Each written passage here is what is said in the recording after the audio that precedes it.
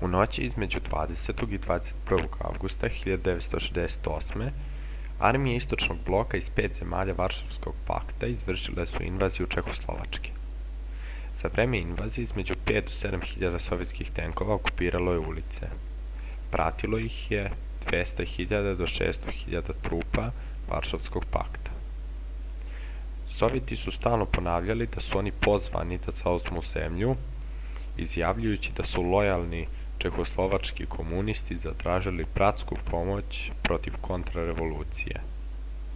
Pismo koje je pronađeno 1989. pokazuje da je poziv na invaziju zaista postojao.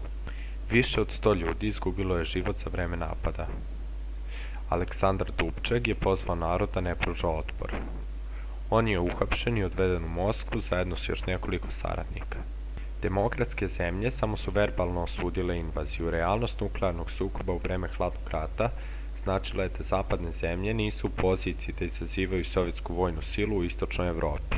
Događaji Praškog proleća produbili su razočarenje kod mnogih zapadnih levičara s lenjističkim pogledima i doprineli usponu evrokomunističkih ideja u zapadnim komunističkim partijama, što je dovelo do razočaranja ili raspada mnogih od ovih grupa.